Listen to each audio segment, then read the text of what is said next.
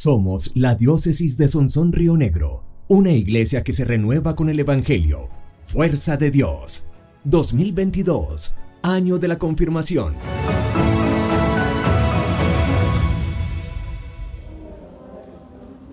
Bueno, buenas noches a todos. Para ser cumplidos los que están aquí, los que están conectados por el Facebook, vamos a iniciar con un texto del Evangelio según San Lucas, en el capítulo 10,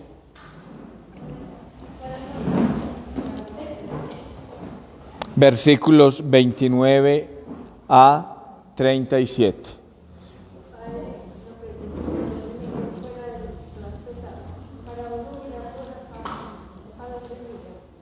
¿Para uno qué? En el Facebook de la parroquia, sí. Entonces, capítulo 10 del Evangelio según San Lucas, versículos 29 a 37.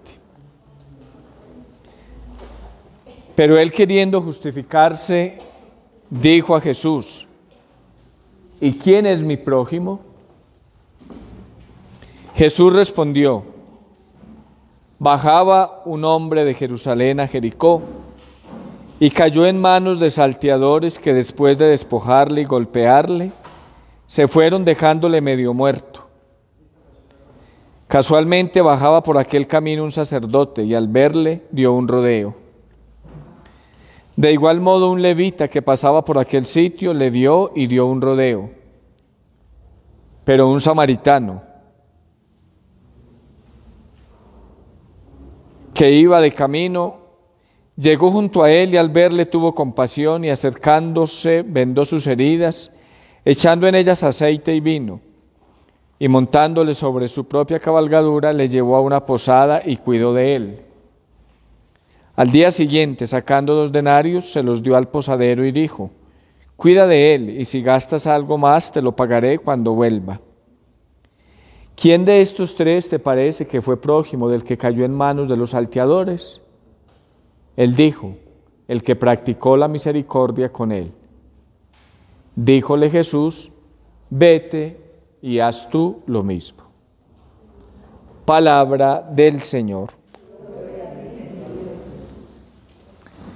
Bueno, esta es una de las 17 parábolas del evangelista Lucas que están en San Lucas y no están en los otros evangelios sinópticos. Es decir, el evangelista San Lucas es el evangelista que más parábolas propias tiene. Como hemos explicado ya en otros momentos, el primer evangelio, llamémoslo así, es el evangelio según San Marcos. Marcos es como la fuente de Mateo y Lucas. La fuente común, llamémoslo así, aunque ellos a su vez tienen otras fuentes. Y cuando uno observa el Evangelio según San Lucas y encuentra 17 parábolas que no están en los otros evangelios, quiere decir que esa fuente que él tiene propia es mucho más amplia. De esas 17 parábolas que tiene Lucas propias, 2 aparecen en un evangelio que se llama el Evangelio de Tomás, que quiere decir que una tradición anterior de la que Tomás también bebió, y ese evangelio, que no es un evangelio canónico, pues también es palabra de Dios. Perdón, también es una tradición o una memoria o un recuerdo de Jesús. Palabra de Dios son solo los evangelios canónicos. Esto por poner un ejemplo de cómo la redacción de los evangelios, no solamente la de Evangelio según San Lucas, sino de los 4 evangelios, es un proceso muy dispendioso, de muchos años, y que no tenemos pues todo preciso y a cabalidad para explicar. Lo que la investigación va encontrando es precisamente por la comparación entre un evangelista y el otro. Este es un dato que vale la pena pues tener presente porque, como digo, San Lucas tiene 17 parábolas propias. Bien, entonces siguiendo con la hojita que habíamos iniciado la semana pasada, yo aquí traje otras 4 hojitas por si algunos faltaban. ¿Sí?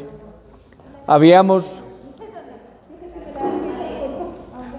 Allá, ve, allá. Habíamos visto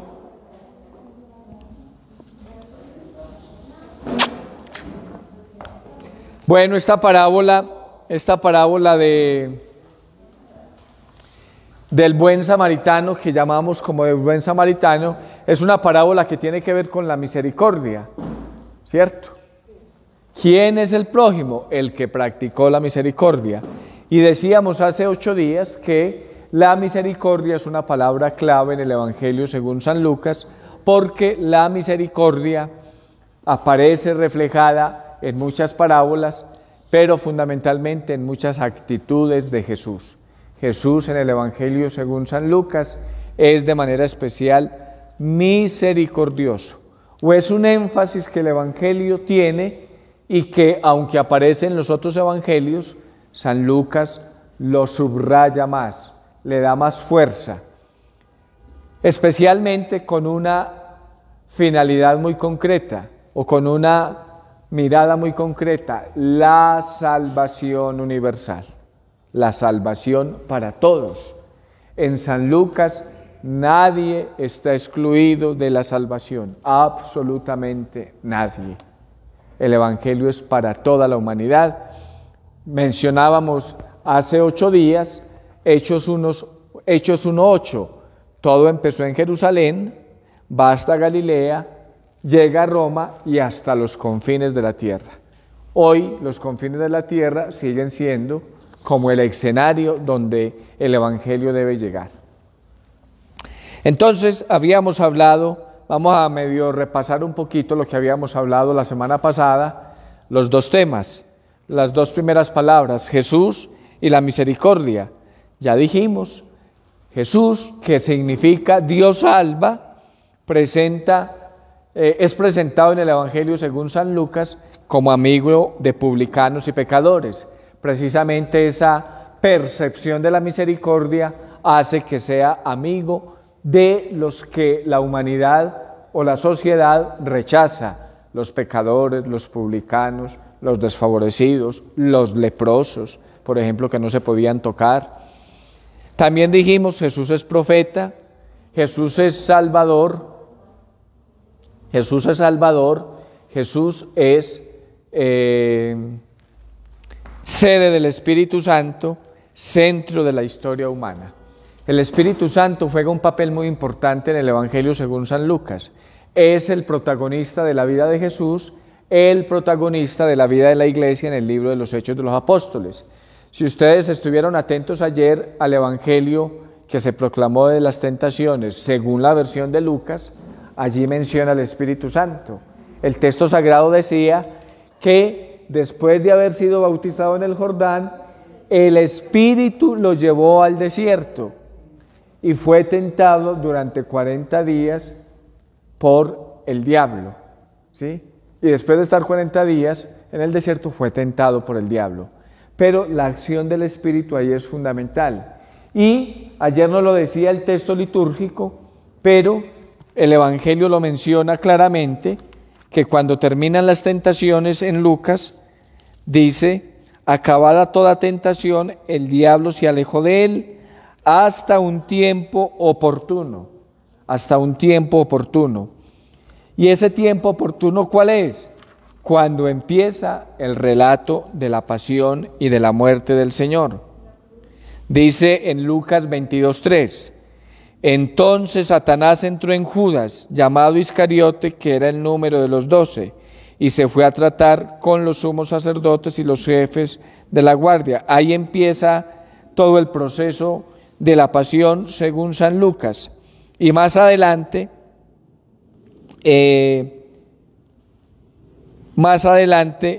indica cómo el Espíritu Santo acompaña a Jesús en la tentación precisamente para no sucumbir ante la tentación. Lo bello es que eso no solamente le sucede a Jesús, sino que nos sucede a todos los bautizados que hemos recibido el Espíritu Santo. Jesús dice claramente: estando yo todos los días en el templo con vosotros, no me pusisteis las manos encima, pero esta es vuestra hora y el poder de las tinieblas. Ahí está esa hora en la que Satanás vuelve a tentar a Jesús. El capítulo 4 de las tentaciones termina diciendo: acabada toda tentación, el diablo se alejó de él hasta un tiempo oportuno. ¿Cuál es ese tiempo oportuno? Versículo 53 del capítulo 22. Jesús dice: esta es vuestra hora y el poder de las tinieblas. Como quien dice, ha llegado el poder del mal que quiere acabar con el bien, con el Espíritu de Jesús, que es la sede, es el principio con el que Él actúa.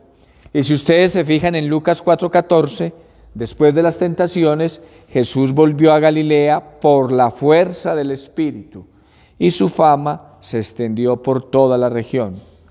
Es decir, el Espíritu Santo es un protagonista en el Evangelio según San Lucas de la persona de Jesús. Cuando empieza su ministerio en la sinagoga de Nazaret, dice: el Espíritu de Dios sobre mí me ha ungido. Es decir, el Espíritu Santo, que es la tercera persona de la Trinidad, que sabemos de Él porque precisamente Jesús nos lo dio a conocer en el Evangelio según San Lucas especialmente, es el dinamizador, el protagonista, el que mueve a Jesús a actuar como Dios.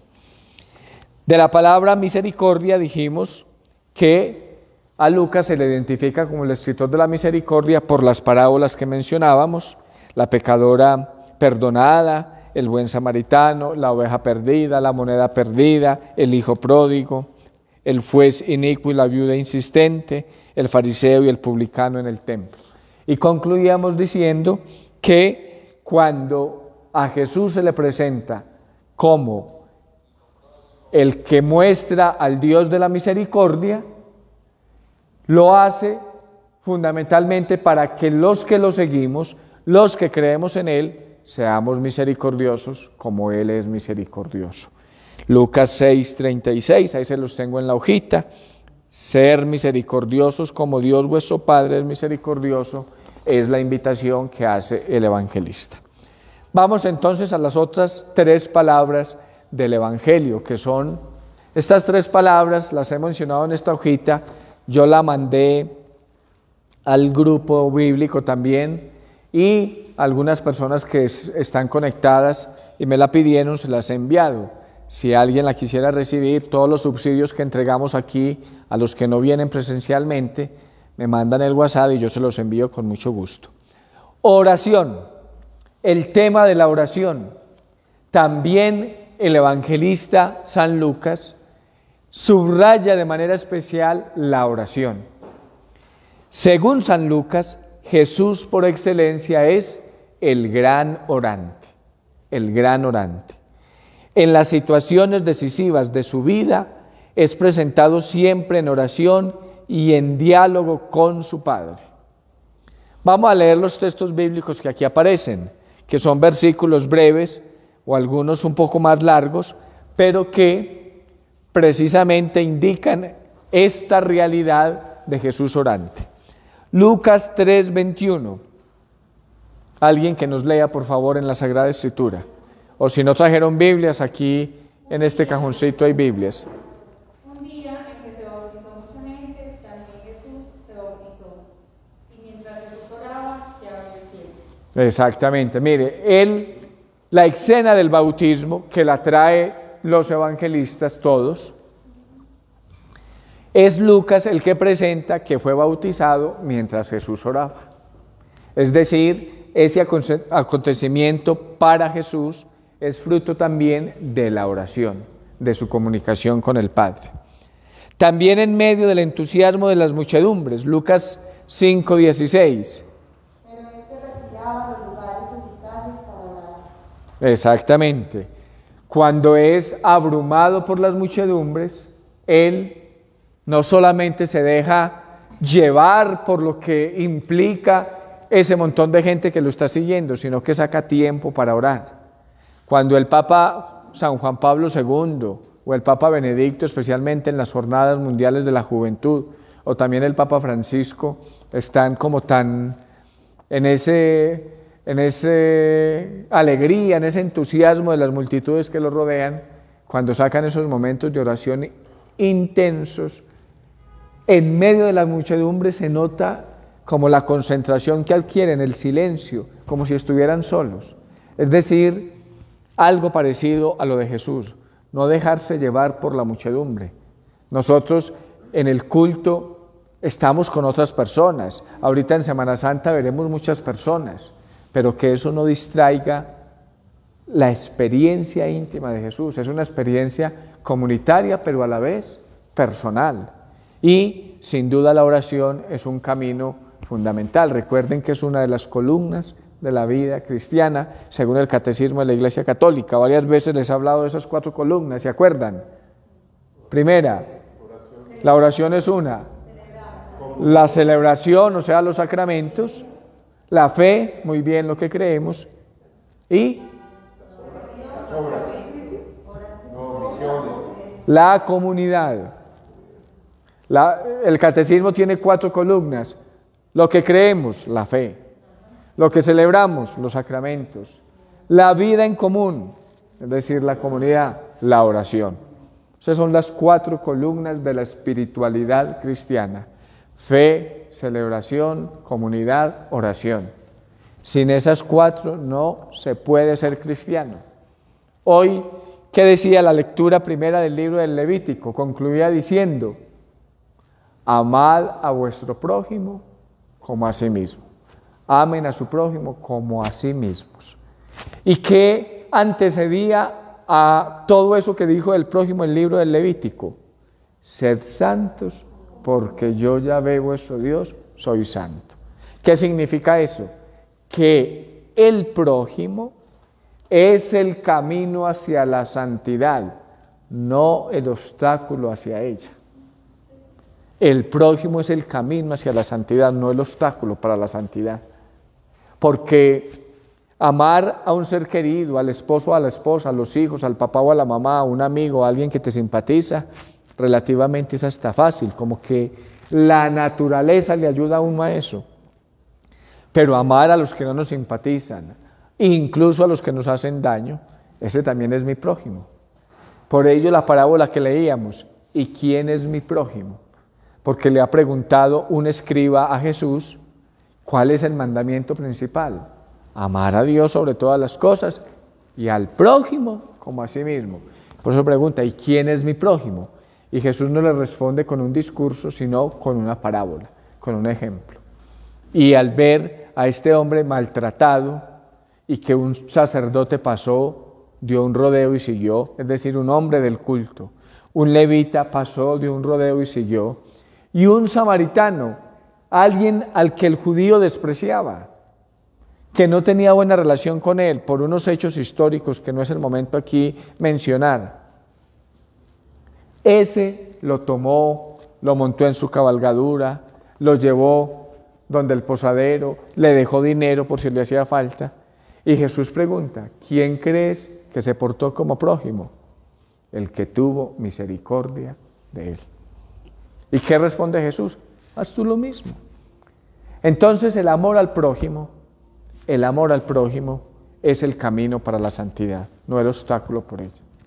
Es que yo no puedo ser santo porque esta mujer que mi Dios me dio no me deja. No. Ese es el camino para la santidad, no el obstáculo para ella. Yo no puedo ser santo porque es que estos hijos o este compañero de trabajo que me hace dar tanta rabia. No. Eso es muy importante tenerlo en cuenta. El prójimo es el camino hacia la santidad, no el obstáculo para ella. Y muchas veces no amamos al prójimo porque no nos amamos a nosotros mismos. Es decir, lo que hoy el libro del Levítico está diciendo, poniendo como telón de fondo, sed santos como yo Yahvé vuestro Dios soy santo, es que la santidad no es como muchos piensan, un camino de perfección moral en la cual yo no me cometo ningún error, llego a ser impecable. Eso es imposible en esta tierra, porque nosotros somos limitados, pequeños. Por eso todos los días alguna falla cometemos, por mucho que nos esforcemos. O sea, la idea de santidad como perfección es una idea irreal, porque en esta tierra no somos capaces de ser perfectos. Por eso Pablo dice en la carta a los Romanos, en el capítulo 10, versículo 3, todos somos pecadores. Todos somos pecadores.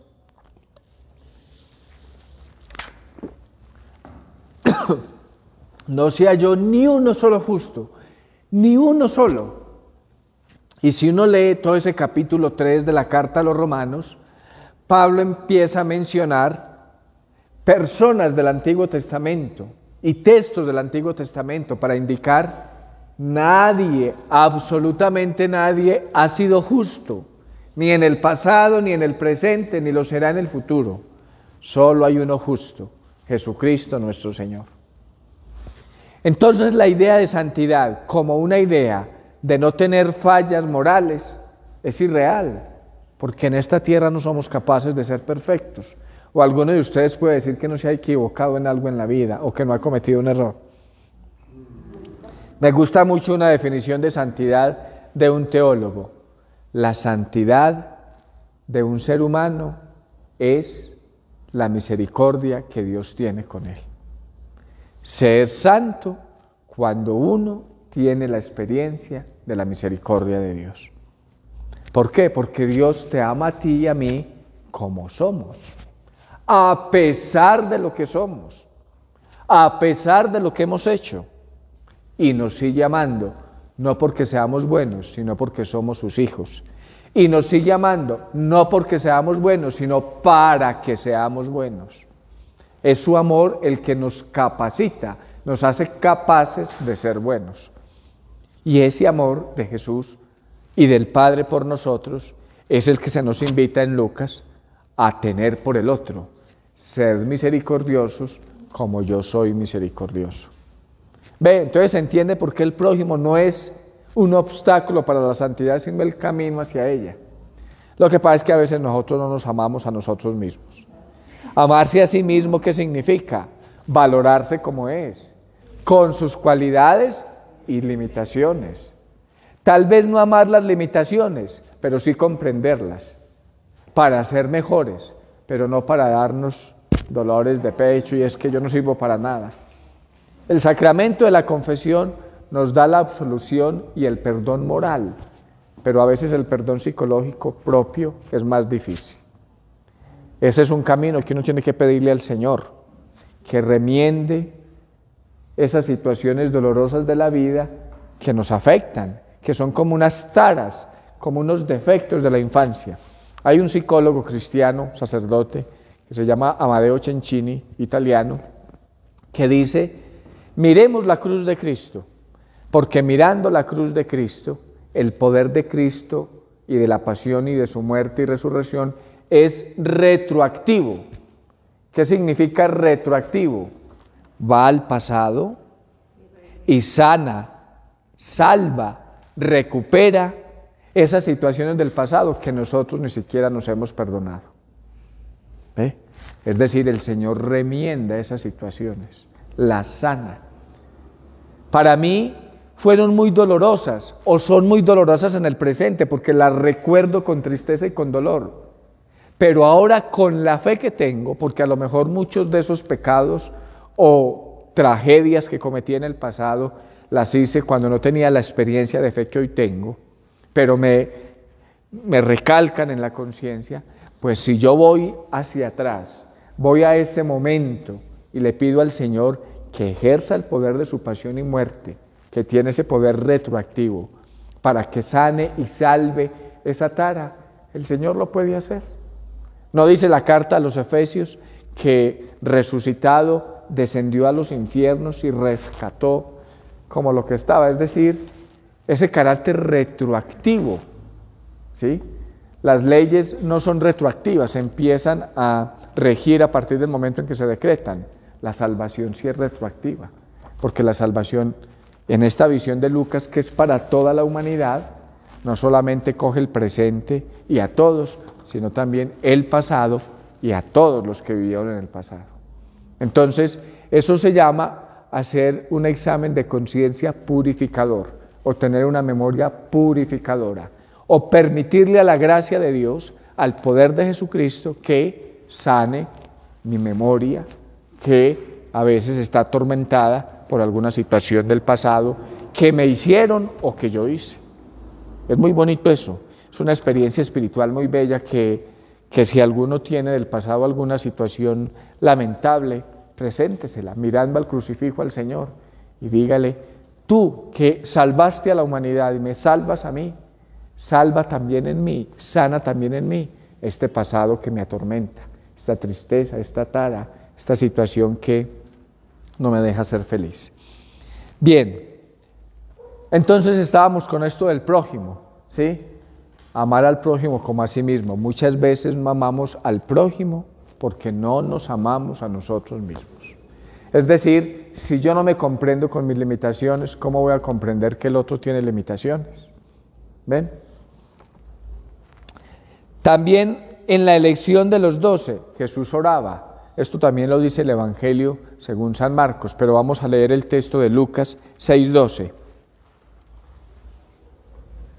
Por aquellos días fue Jesús a la montaña a orar y pasó la noche orando a Dios.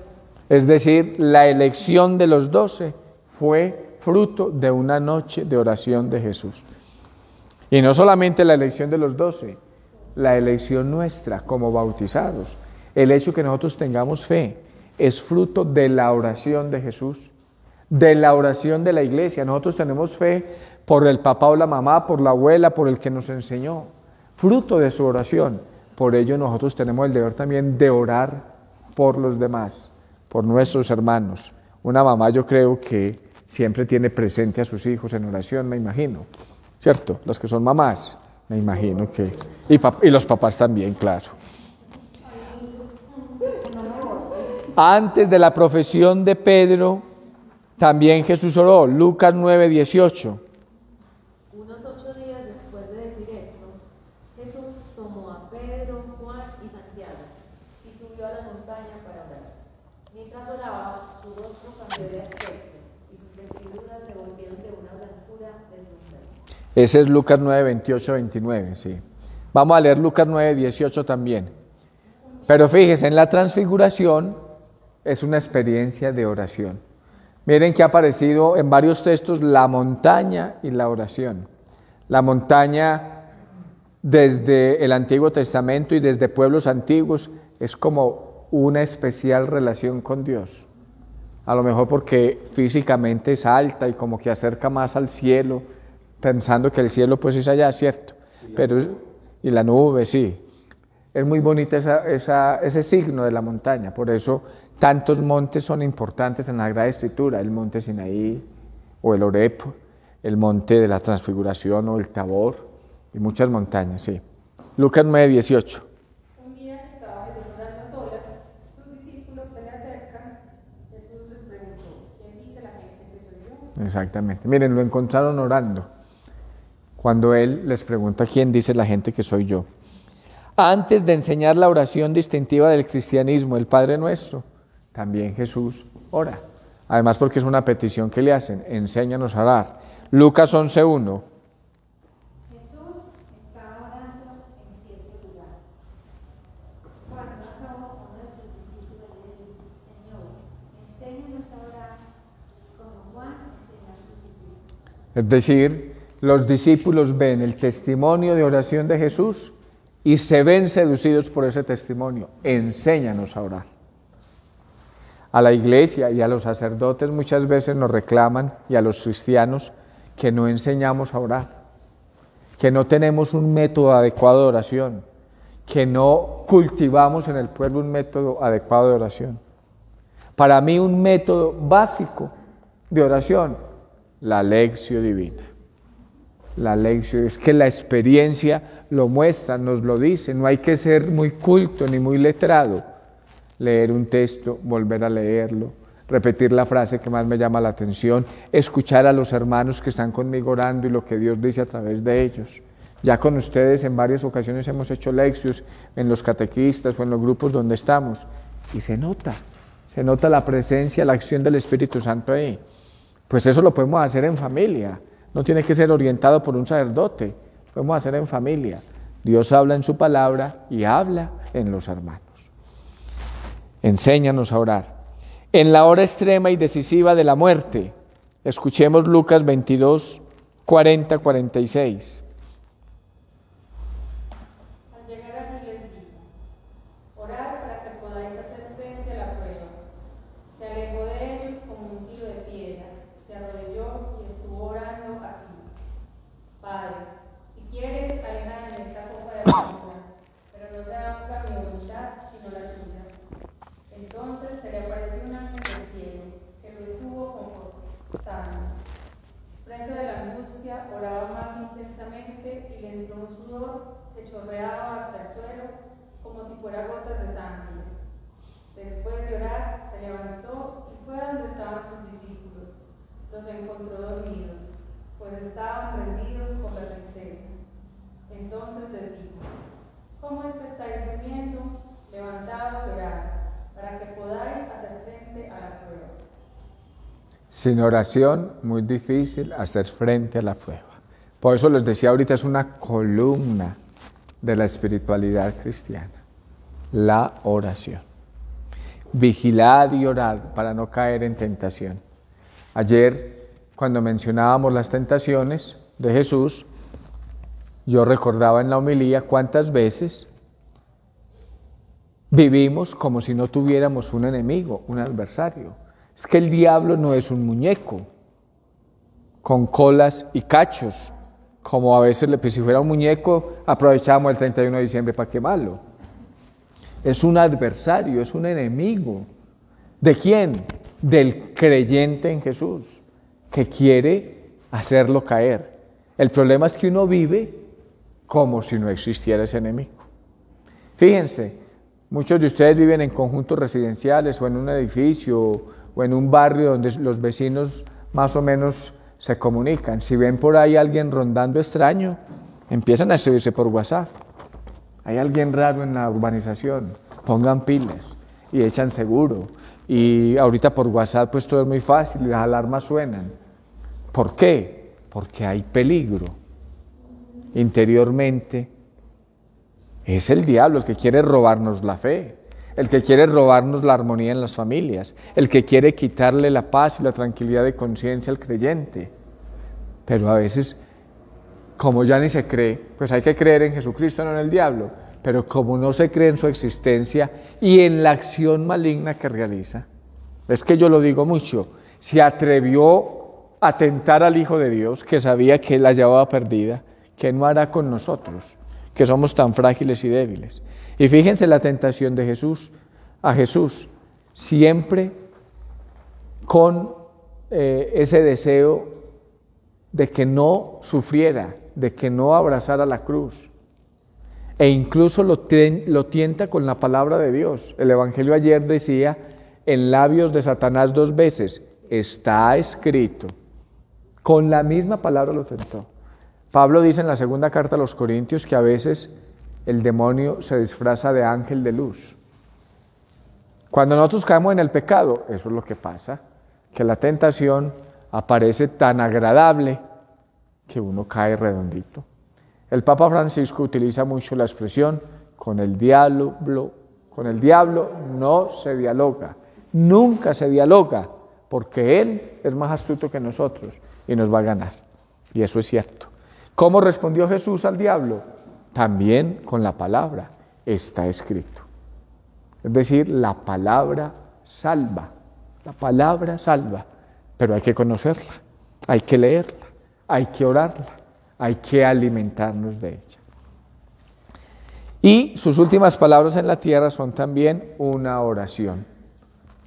Padre, en tus manos pongo mi espíritu. Lucas 23, 46. Entonces fijémonos cómo la oración es central en la vida de Jesús. Y el Evangelio según San Lucas recalca este énfasis, que es también un énfasis que debemos tener los cristianos. La oración es fundamental en la vida de un creyente. Alegría, cuarta palabra, alegría. San Lucas utiliza 5 verbos diversos para expresar la alegría en diversos pasajes del Evangelio. Un ejemplo abundante de esta realidad la encontramos en el capítulo 15, en las llamadas parábolas sobre la misericordia. ¿Cuáles son esos verbos? Ponerse contento, alegrarse, celebrar una fiesta, oír la música y las danzas. Vamos a leer los versículos del capítulo 15 que aparecen ahí, 5, 6, 7, 9, 10, 23, 25, 32, que confrontan precisamente esa alegría también con la tristeza del hijo que se va. Y cuando la encuentra, se la pone muy contento sobre los hombros. Luego, al llegar a casa, convoca a los amigos y vecinos y les dice: alegraos conmigo porque he hallado a la oveja que se me había perdido. Es decir, se pone contento, se alegra. 6 y 7, ¿cierto? Este es del 5 al 7. Exactamente. ¿Y el 9? ¿Y el 10? Y cuando la encuentra, llama a sus amigas y vecinas y le dice: alegraos conmigo, porque he encontrado la moneda que había perdido. Os digo que así se alegrarán los ángeles de Dios por un pecador que se arrepiente. Muy bien. Y el versículo 10, el 23, el 25 y el 32. Os digo que será la alegría entre los ángeles de Dios por un pecador que haga penitencia. 25. 23, sí.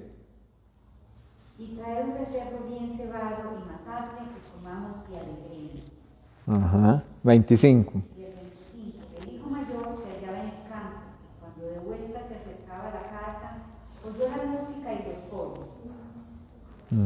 La música y los coros. Y bailes. Y 32.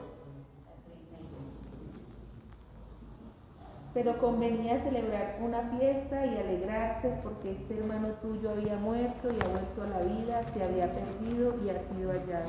Miren, Dios es una fiesta. A veces hemos pintado a Dios como un viejito caprichoso, aburrido, regañón, amargado, con un triángulo y un ojo así mirando a ver en qué falla uno. Dios es una fiesta, es una fiesta. Y los cristianos debemos ser una fiesta. El Papa Francisco dice mucho, esos cristianos con cara de limón, qué pereza, ¿qué provocan? No seducen nada. Dios es una fiesta. Estas parábolas lo confrontan a uno mucho, porque en Lucas 15:1, cuando la parábola de la oveja perdida dice: ¿quién de ustedes, si tiene 100 ovejas, al perdérsele una, deja las 99 y va en busca de la perdida? Uno muchas veces se contenta mejor con las 99. Pues aquí tengo 99. Pues. La otra vez lo decíamos, ¿quién de ustedes, si se le pierde una monedita de 50 pesos en la casa, desbarata toda la casa para encontrarla? 50 pesos. Dios lo hace. Esos ejemplos que él pone son muy ciertos, porque es que uno se va volviendo muy insensible, muy indiferente. Y miren que el hijo mayor, en ese capítulo 15, estaba en la casa, cumplía todo, pero era triste, era un creyente triste. El papá sale como salió a buscar al hijo menor, sale a buscar al mayor. Entre a la fiesta, hombre, venga. No, yo siempre he estado contigo y nunca me has dado un cabrito. Ahora viene ese hijo tuyo, o sea que ya no es mi hermano, y le haces una fiesta. Y el padre le explica, pero convenía, ¿no ves que estaba muerto y ha vuelto a la vida? Estaba perdido y lo hemos encontrado. Y el evangelista no dice si entró. Esa es una duda que le queda a uno. Por tanto, esa parábola, ¿qué está diciendo? Que todos tenemos pecados visibles, como los del hijo menor, que son evidentes, que hasta los que viven con nosotros los conocen. Otros que son invisibles, como los del hijo mayor, así está en la casa del Padre. Orgullo, rabia, rencor, resentimiento, envidia. Pero que no estamos llamados ni a ser como el hijo mayor ni como el menor, sino como el Padre. ¿Y cómo es el Padre? Una fiesta, alegría, alegría. ¿Ve? En el diálogo de Simón el fariseo con aquella pecadora que estaba ahí, alegría, alegría para la pecadora, y para Simón tristeza. Si éste supiera quién lo está tocando, si fuera profeta, sabría que es una pecadora. Simón, tengo algo que decirte. Y habla de la parábola de los acreedores, que también es propia de Lucas, ¿sí? ¿Quién crees que se le perdonó más, o quién ama más? Al que más se le perdonó. Al que mucho se le perdona, mucho ama. Y al que no cree que necesita perdón, ama poco. Eso de uno creerse justo y perfecto y mejor, tambalea la vida espiritual. Quinta palabra, pobreza. Pobreza. Bueno, hasta aquí vamos bien. A mí estos silencios me alegran y a veces me asustan. ¿Ah? La ventaja es que es un silencio que no los duerme, pues. No es un silencio de dormidos, sino de atentos. Pero como que no resultan dudas, ¿ok? Pobreza. San Lucas es muy sensible con la cuestión social. La bienaventuranza dice, bienaventurados los pobres, porque vuestro es el reino de Dios. Lucas 6:20. Distinto a Mateo, que dice, bienaventurados los pobres en el espíritu. Entonces muchos dicen, es que los pobres en el espíritu son así, los calmaditos, los apocados, los que... No, Lucas dice los pobres, y está refiriéndose a la pobreza material, a la pobreza social. Los pobres son evangelizados. Lucas 4:18, ¿cómo dice el texto?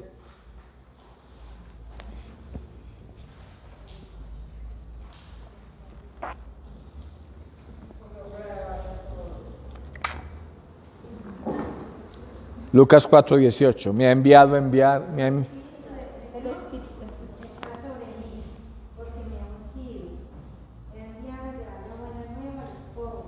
Exactamente. Bueno, ahí nos interesaba a evangelizar a los pobres, a dar la buena nueva a los pobres, ¿cierto? El pobre Lázaro y la pobre viuda, que da todo, son presentados como modelo de vida. ¿Se acuerdan de esa parábola de Epulón y Lázaro? ¿Sí? Lázaro, ahí dicen, algunos dicen que el rico y Lázaro, que el rico Epulón. No hay que decir el rico Epulón. Epulón en griego significa rico, ¿cierto? Entonces, es una redundancia, ¿sí? Epulón, ¿sí? Eso, Epulón y Lázaro, ¿cierto? Epulón no es un nombre, es un adjetivo en griego que significa rico, que viste, come, banquetea, pero al pobre Lázaro no lo alcanza a ver. Y lo paradigmático de esa parábola es que cuando Lucas presenta, después del juicio, el uno en el cielo y el otro en el infierno, Epulón va y dice, déjame ir a avisarle a mis hermanos para que no cometan el mismo error mío. Y la respuesta es, tienen a Moisés y a los profetas que los escuchen. No, pero es que si resucita un muerto van a creer más fácil. Tienen a Moisés y a los profetas que los escuchen, porque si no los escuchan a ellos, ni aunque resucite un muerto. Y nosotros tenemos el muerto resucitado y sin embargo tampoco hacemos caso. Tienen a Moisés y a los profetas. ¿Quiénes son Moisés y los profetas? La palabra. En ese tiempo la palabra conocida, que era el Antiguo Testamento. Nosotros tenemos a Moisés y a los profetas y tenemos el muerto resucitado. y a veces no nos damos cuenta. Leamos esta parábola 19:31, ahí se las he resumido, leamos 21:1-4.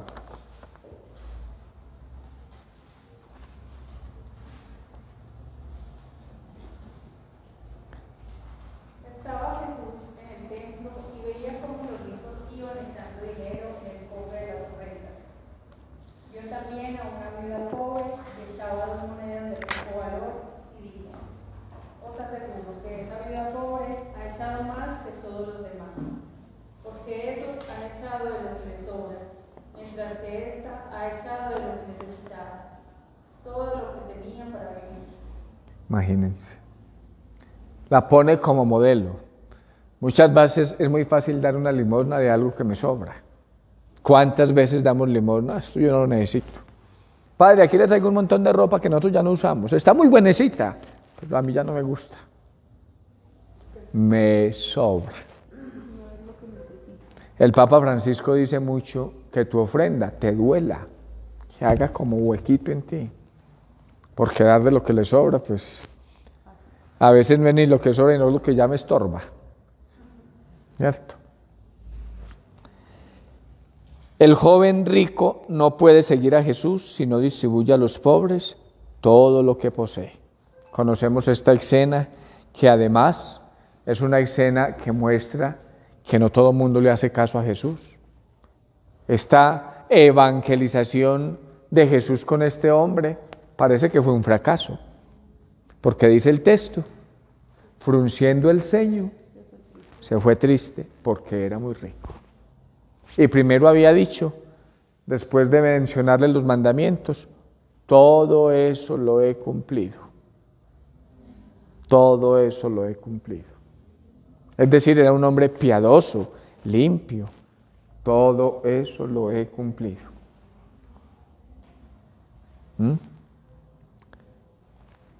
Una cosa te falta. Ve, vende todo lo que tienes, dáselo a los pobres y luego sígueme. Una cosa te falta. Esa es una pregunta que uno debería hacerse muy frecuentemente y en Cuaresma más. ¿Qué me falta para seguir al Señor? Porque está diciéndome todos los días, una cosa te falta. Una cosa te falta. Y a veces no son bienes materiales. A veces son esas seguridades que yo he puesto, un resentimiento que, uy, es que yo no le vuelvo a hablar a aquella por nada del mundo. Eso te falta para seguir mejor al Señor. Es que yo no dejo esta telenovela por nada del mundo porque vivo ahí anestesiada. Una cosa te falta.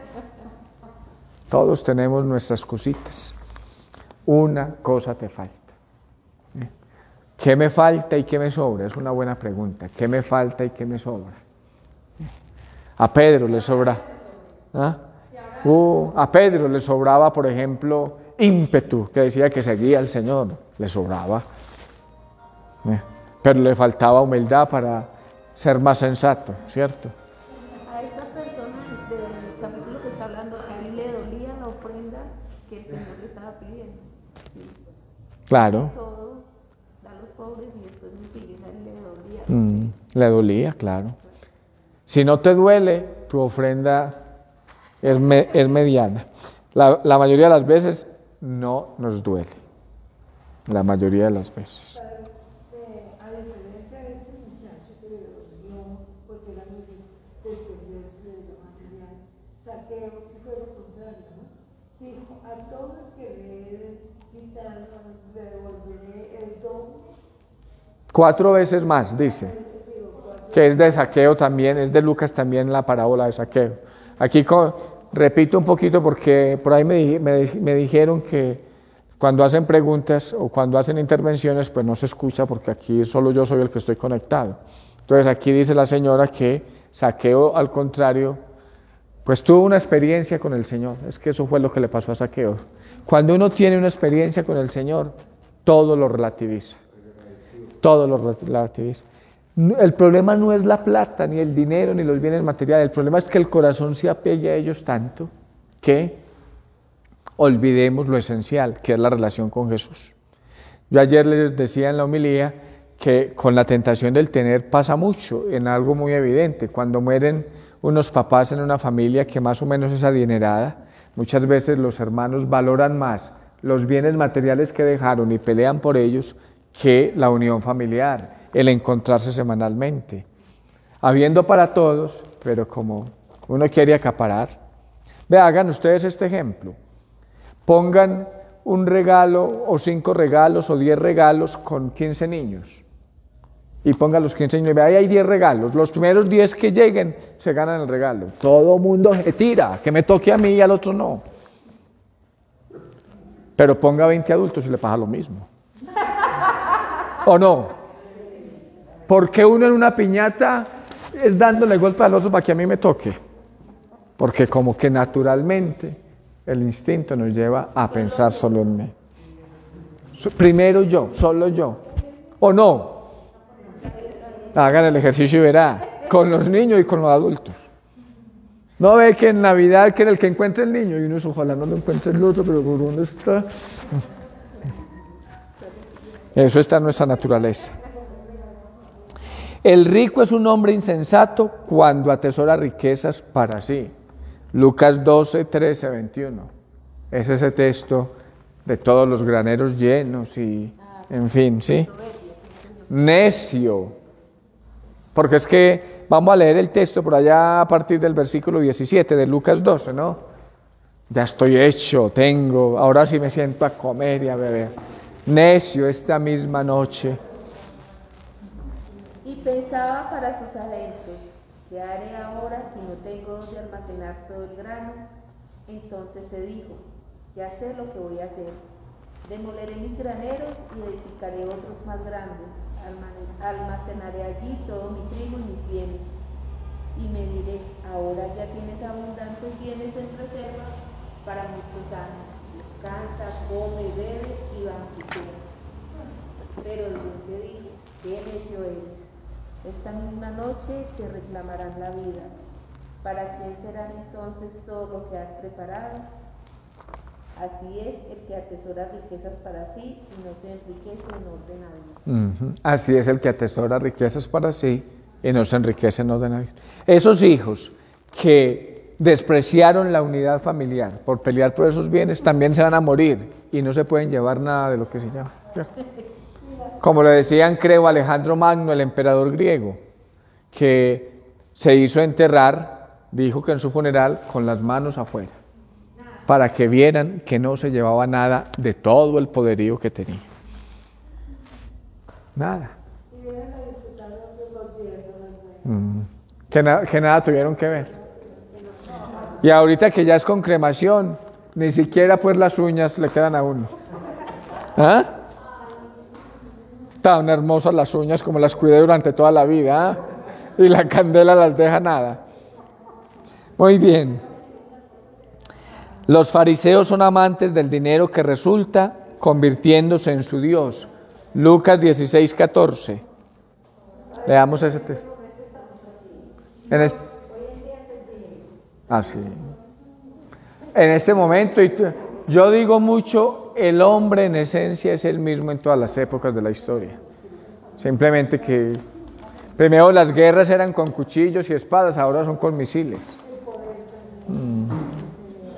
Lucas 16, 14. Oían otras cosas los fariseos que son avaros y se gozaban de él. Ajá. La avaricia. Por eso se llama un vicio o un pecado capital. ¿Qué es avaricia? Tener y tener y tener cosas. Y entre más cosas tengo, menos satisfecho estoy. Y más quiero. Por eso la corrupción. ¿No ven ustedes que un político hace un contrato y se gana, no sabe cuánto le gana y quiere otro contrato? Nadie se cansa de que le den billetes de 50.000 seguidos. Ninguno dice, ay no, tantos billetes repetidos, qué pereza. No, ahí sigue guardándolos. ¿O no?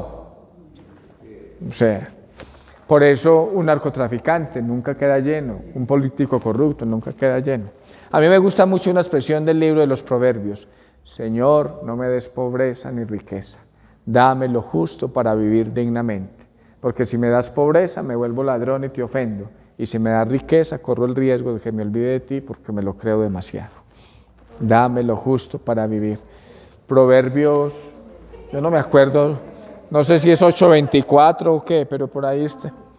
Pero está, no traje el celular que uno busca así, pero si ustedes buscan en Google, dame lo justo para vivir, Proverbios, ahí más o menos le da. No sé si es 8:24, ya a uno la memoria le va fallando. Para que vea. Esos son por 200 años. Qué difícil es que los ricos entren en el reino de Dios. Lucas 18:24. Lucas 18:24. Jesús dijo al verbo, tan triste, que difícilmente entrarán en el reino de Dios los que tienen riquezas. Eso. Refiriéndose a este joven, pues, que les mencioné ahorita. Bueno, ¿nos acordamos de las 5 palabras? Sí. Jesús, alegría, misericordia, pobreza y Jesús. Ahí están 5 palabras claves en el Evangelio según San Lucas que vale la pena que tengamos presente. Bueno, aquí aparece un dialoguemos como para recordar. ¿Cuántos libros del Nuevo Testamento escribió San Lucas? 2. El Evangelio que tiene su nombre y los Hechos. ¿Qué títulos da Jesús San Lucas en su texto y qué quiere decirnos con ellos? Estos mismos. Estos títulos que aparecen aquí en el primero, que es profeta, que es el Espíritu Santo, que es Salvador, ¿sí? Es el centro de la historia, amigo de publicanos y pecadores. ¿Y qué quiere decirnos con ellos? Pues es evidente, si es el Salvador, ¿a quién más vamos a buscar, cierto? Yo les mencionaba la otra vez, o no sé si se los mencionaba a ustedes, que los primeros cristianos, como el cristianismo era perseguido, entonces tenían que identificarse como una clave, y una clave que tenían mucho era el pez, por eso el pez aparece mucho en los signos cristianos, ¿sí? Entonces un cristiano se encontraba con una persona desconocida y le hacía esto, y si el otro le devolvía así, era cristiano. Pez. ¿Y por qué el pez? Porque en griego pez se dice ictus.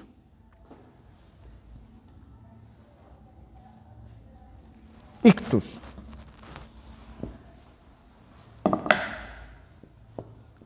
Así se dice pez en griego, ictus. Esto aquí es un espíritu suave, se llama esto en griego, una comita hacia arriba. Entonces, a Jesús se le representa mucho con el pez en los inicios del cristianismo, porque ictus, que significa pez, son 5 letras griegas que descienden así. Vea, Jesús, es decir, Jesús. Con la J, Christos, es decir, Cristo. Con la teta, Theos, así se llama esta letra, teta, Dios. La Y, Huios, que significa hijo. Y con la sigma, Soter, que significa Salvador. Entonces, con el ictus griego estaban diciendo Jesucristo, Hijo de Dios, Salvador. ¿Ve? Jesucristo, Hijo de Dios, Salvador. Y este signo identificaba a los cristianos. Entonces, este término Salvador, que aparece tan frecuentemente en el Evangelio, es Él es el que me salva. Él y solamente Él es el que me salva. Porque Él es el Hijo de Dios, hecho hombre en la persona de Jesús, que es el Cristo, el ungido, el enviado de Dios. ¿Ven qué bonito? Bien, vamos entonces a continuar. Prácticamente aquí lo que hemos hecho la clase pasada y hoy es presentar una generalidad del Evangelio según San Lucas. Vamos a terminar estos 20 minuticos que nos falta presentando un poquito el panorama que tiene el Evangelio en los capítulos y y que les mencionaba ya hace 8 días, con el género literario que utilizan los evangelios, que es el de la biografía, la vida de un hombre, en este caso de Jesús, que no solamente es hombre, sino que es Dios verdadero. Vamos a aprender el computador a ver y el video bin que se apagaron ya aquí de no. Pues si quieren apaguemos la luz del.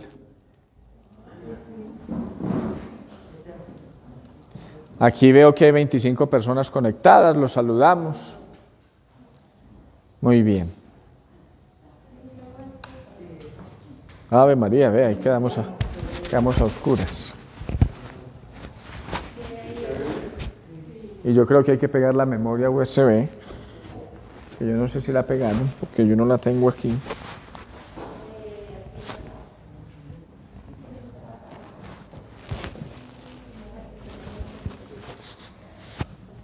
¿La pegas? Bueno, entonces vamos a ver un poquito la distribución del Evangelio según San Lucas para que ustedes se hagan una idea y como lo estamos leyendo, yo espero que ustedes estén leyendo el Evangelio según San Lucas, tanto los que estamos aquí como los que no están. Entonces bajemos ahí y busquemos, por ahí dice Lucas una carpetica.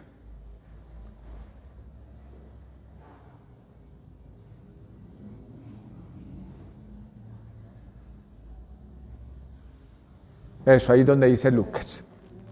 ¿Dónde? Lucas, esa que dice Lucas. Eso, exactamente. Vamos a ver si allá.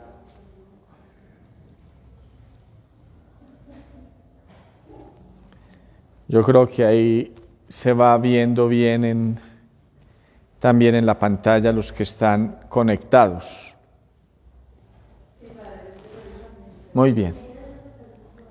Entonces, el Evangelio según San Lucas, como todos los evangelios, utilizan un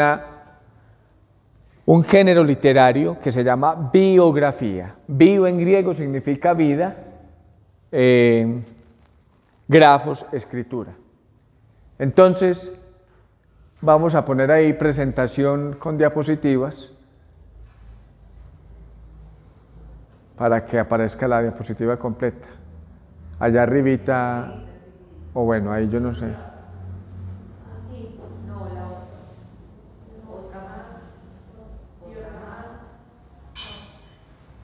Bueno, ahí yo creo que se ve. Entonces, como les digo, el Evangelio según San Lucas utiliza un género literario, como todos los evangelios, que se llama biografía, que no solamente es de la vida de Jesús, había muchas biografías del emperador o de personas ilustres de la época.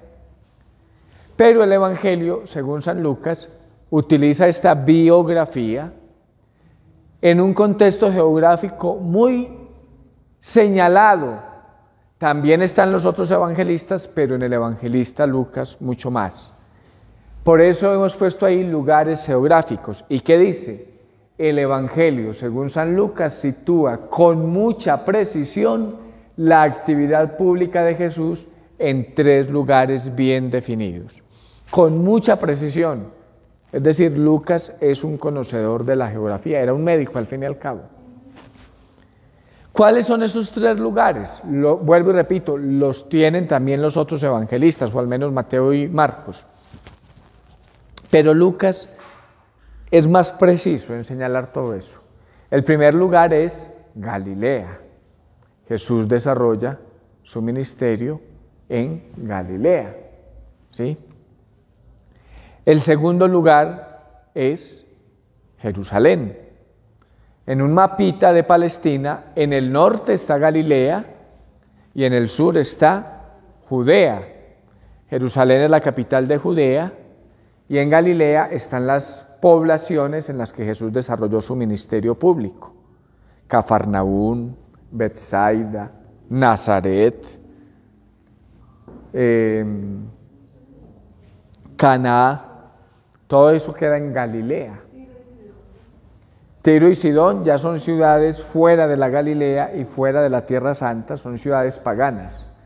Por eso Jesús dice, si en Tiro y Sidón se hubieran hecho los signos y prodigios que se hicieron entre vosotros. Hace tiempo que se hubieran convertido, ¿cierto?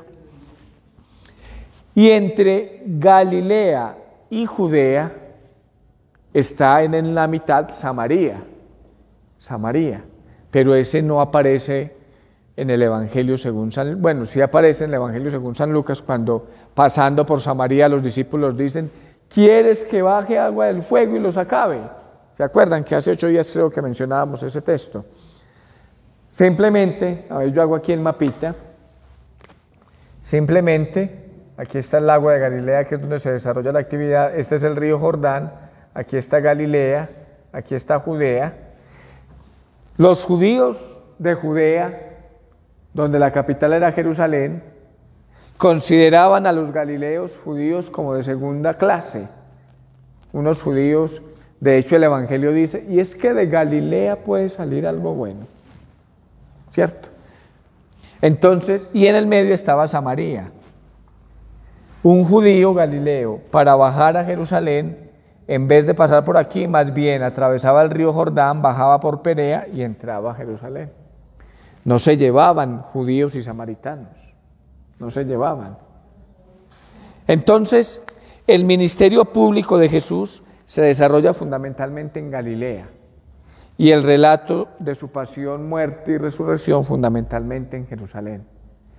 Pero entre Galilea y Jerusalén hay un trayecto, y ese trayecto se llama el camino, que en Lucas es muy importante.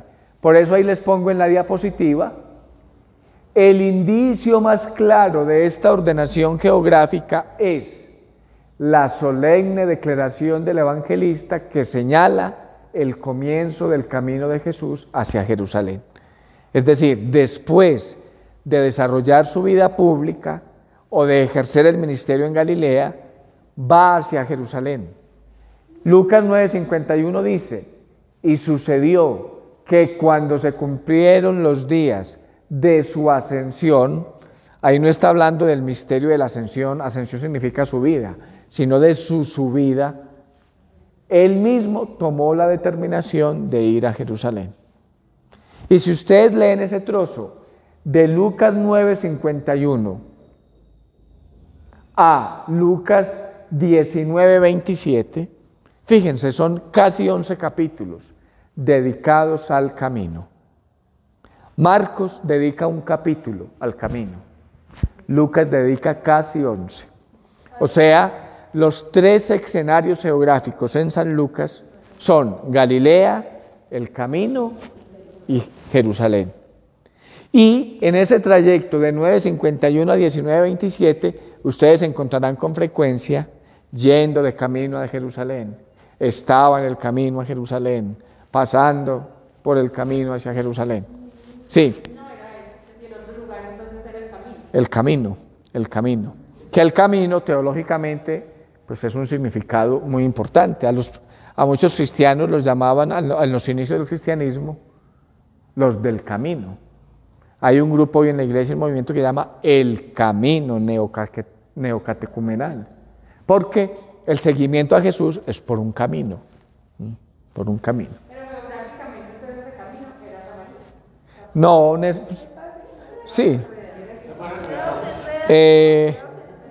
No necesariamente. Pues sí, en el Evangelio pasa por Samaria, como también en el Evangelio según San Juan. Recuerden que se encuentra con una samaritana. Ahorita les leía el texto del buen samaritano. El samaritano fue el que tuvo misericordia, es decir, el que vivió como Jesús manda. Cuando cura 10 leprosos, es un samaritano el que regresa a agradecer. O sea que los otros 9 que eran judíos se creían con derecho a obtener esa sanación. ¿Ve? Eso es una cachetadita que el evangelista le va dando a los judíos y a los cristianos. Sí. Él empieza en Galilea su ministerio y hace pues el recorrido que es el camino, ¿cierto? Que ahí va también pues como su vida pública para llegar a la pasión en Jerusalén. Sí, lo que pasa es que aquí para los que están conectados por allá por el Facebook, dice aquí nuestra hermana, que si la vida de Jesús es el ministerio en Galilea, el ministerio en el camino y la llegada a la pasión y muerte. Los evangelios sinópticos, digámoslo así, hablan de una subida de Jesús a Jerusalén, como si el ministerio público de Jesús fuera solo un año. Es el Evangelio según San Juan el que menciona 3 veces la fiesta de Pascua, una en el capítulo 2, otra en el capítulo 5, otra en el capítulo 6, ¿sí? O más bien en el capítulo 2, en el capítulo 6 y ya propiamente en la Pascua pues de la Pasión.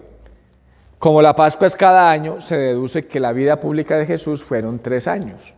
Ese dato se toma del Evangelio según San Juan, porque en los sinópticos no aparece sino una sola Pascua.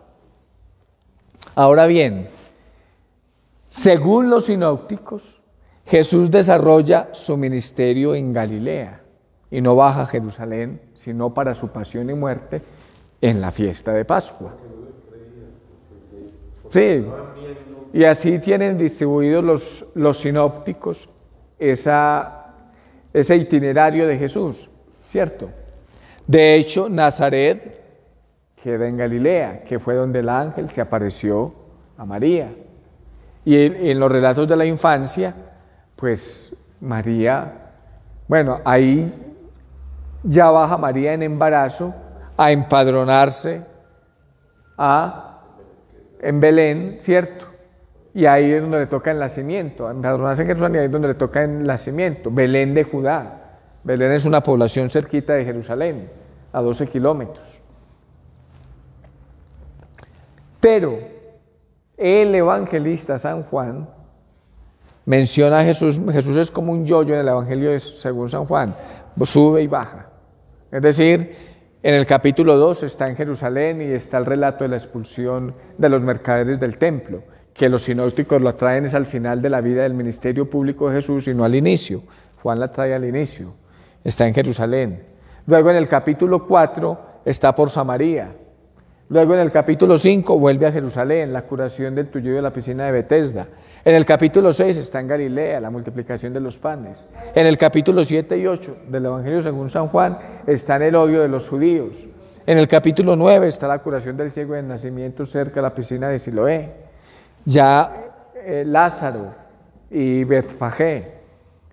Es decir, San Juan lo ubica más caminando para arriba y para abajo, ¿cierto? Los sinópticos son más sucintos y es solamente un solo viaje a Jerusalén. Pero lo que identifica a Lucas en este contexto geográfico que estamos hablando es que al camino le dedica nada más ni nada menos que 11 capítulos, mientras que en Marcos solamente hay 1. O sea que el camino es muy significativo. ¿Qué significa eso? Que a Jesús se le sigue tomando las actitudes que muestran el camino.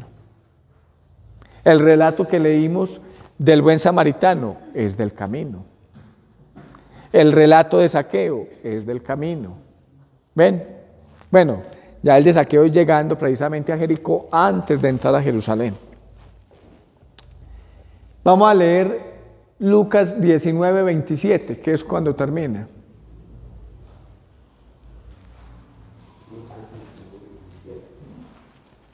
Por aquí harán preguntas. A ver, vamos a ver por aquí. Padre Bernardo, muy bueno todo esto de aprender uno demasiado. Bueno, yo creo que era una pregunta. Es que por allá uno de ustedes se tiene que encargar de ver si hacen preguntas. No, hay una señora que está pidiendo la hoja, que quiere la hoja. Ah, que está pidiendo la hoja, dígale que me mande. Otro señor dice, la santidad consiste en ser feliz y ayudar al hermano. Saludos. Bueno, aquí dice, en el Evangelio, la segunda y tercera tentación tienen un orden diferente a las tentaciones según San Mateo. Marcos no las menciona. ¿Tiene esto alguna intención? Esa pregunta es de Ana Sofía. Sí, realmente Marcos es muy sucinto en las tentaciones de Jesús, fue tentado simplemente. Mateo, que se supondría sería antes de Lucas, trae un orden distinto, porque Lucas, como mencionamos ayer, la primera tentación es la tentación del pan. La segunda es la de que mire todo lo que hay, te postras y me adoras. Y la tercera es la de que muestre que es hijo de Dios, tirándose del alero del templo y que lo reciban los ángeles. En Mateo el orden es inverso y en esencia el contenido es el mismo. En esencia el contenido es el mismo. Hay algunos estudiosos de la Biblia que dicen que eso tiene una intencionalidad muy concreta. Y la intencionalidad es que Jesús muestre un mesianismo distinto a lo que la gente esperaba de un Mesías. Pero realmente yo creo que no sé pues cuál sería la intención de los evangelistas, es muy difícil saberlo, pero el contenido es el mismo.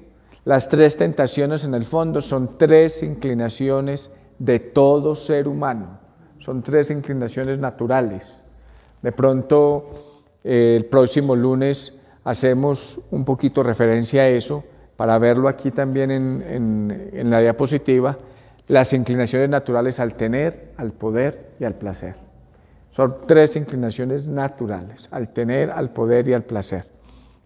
Que experimenta todo ser humano, independiente si vive en el siglo XXI o en el siglo IV o antes de Cristo. Y como Jesús es Dios y hombre verdadero, Él también las experimentó. Simplemente que Él responde, como hemos escuchado, con está escrito, ¿sí? Responde fundamentado en la palabra de Dios. ¿Alguien tiene ya Lucas 19:27? En cuanto a mis enemigos, esos que no me quisieron correr, traerlos aquí y degollarlos en mi presencia. Y leamos el 28.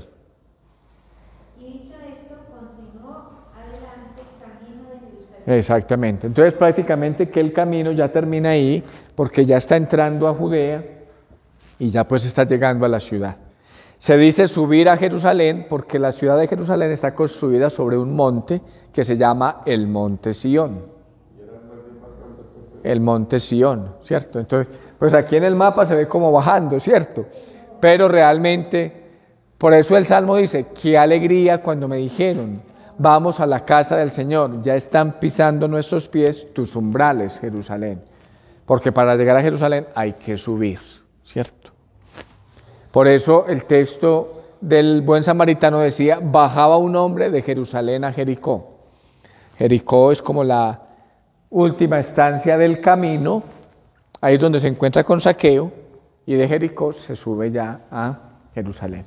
Entonces esto del lugar geográfico en Lucas es muy importante porque pues es característico que estos 11 capítulos dedicados al camino tienen una intencionalidad muy concreta y es que es como decir cómo seguir a Jesús por el camino de Jesús y le dedica pues Lucas.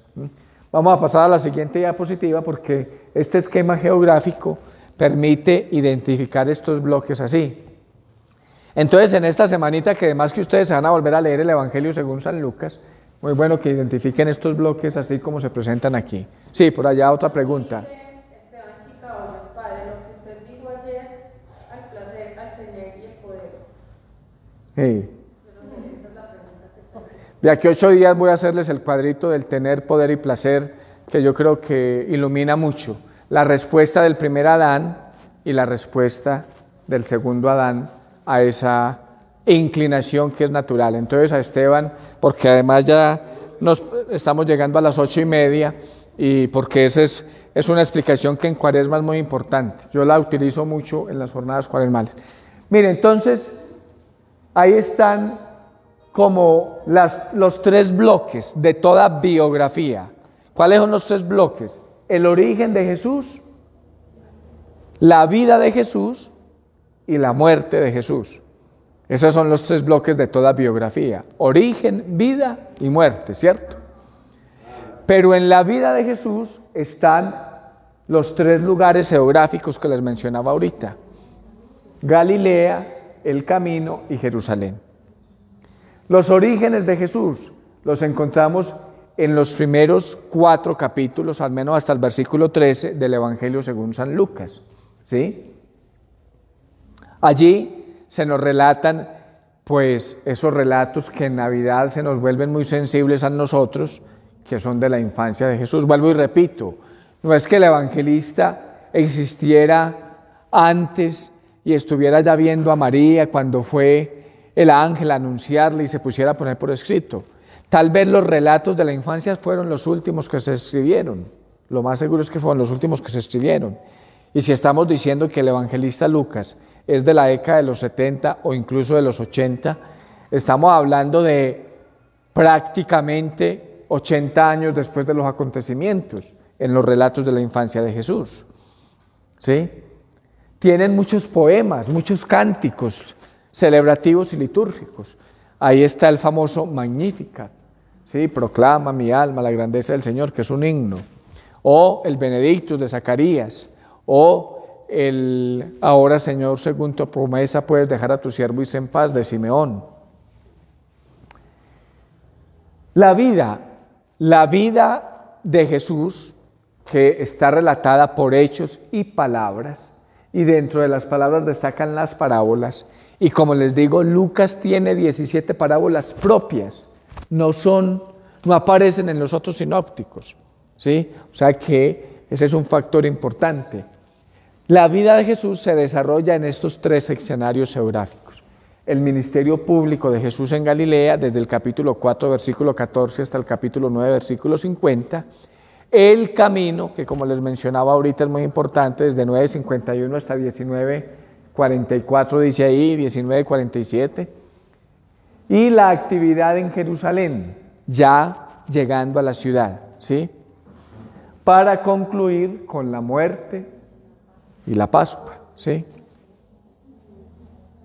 Muy importante que recuerden, los rabinos decían, la Biblia tiene 70 rostros, es decir, hay que leerla 70 veces para empezar a comprenderla. Entonces, en la 13ª lectura que van a hacer esta semana, no sé cuántas han hecho, ¿cierto? Muy bueno que tengan este esquemita, porque ya los empieza a ayudarse a ubicar, ¿cierto? De eso se trata, ir poco a poco conociendo, ¿cierto? Dios mediante, vamos a ver la distribución de estos capítulos, si Dios nos da vida y salud, a lo largo del año. Yo voy a empezar, si Dios quiere, de aquí a 8 días, con el final, con la muerte y la Pascua. ¿Por qué? Por 2 razones. Primera, una razón teológica. Hay un escritor, un exégeta bíblico que dice, los evangelios son un relato de la pasión con una introducción larga.